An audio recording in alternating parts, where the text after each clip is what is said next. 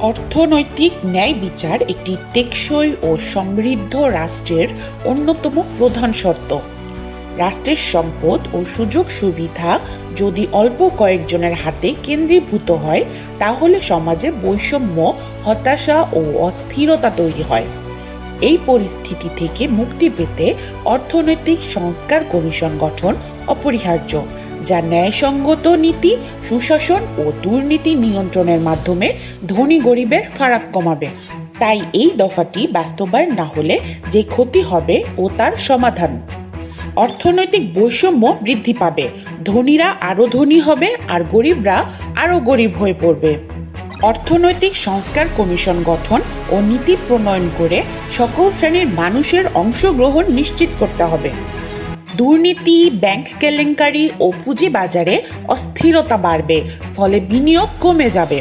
Bank, share বাজার ও বিনিয়োগ খাত পর্যবেক্ষণ ও সংস্কারের জন্য স্বচ্ছ নীতি ও কঠোর আইন প্রণয়ন করতে হবে।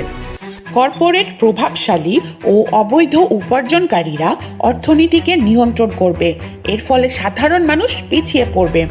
কর্পোরেট খাতকে জবাবদিহিতার আওতায় এনে অবৈধ সম্পদ বাজেয়াপ্ত করতে হবে।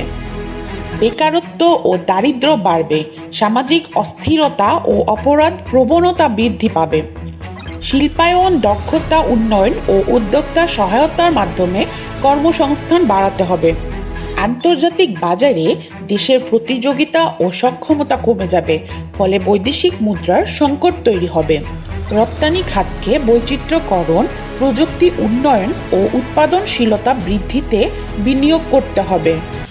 অর্থনৈতিক সংস্কার ছাড়া একটি রাষ্ট্রের উন্নয়ন কেবলমাত্র কাগজে কলমে সীমাবদ্ধ থাকে।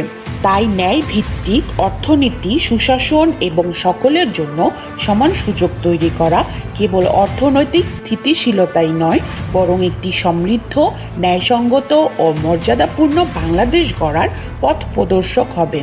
আর তার জন্যই আমাদের 15 নম্বর দফা, অর্থনৈতিক সংস্কার কমিশন গঠন।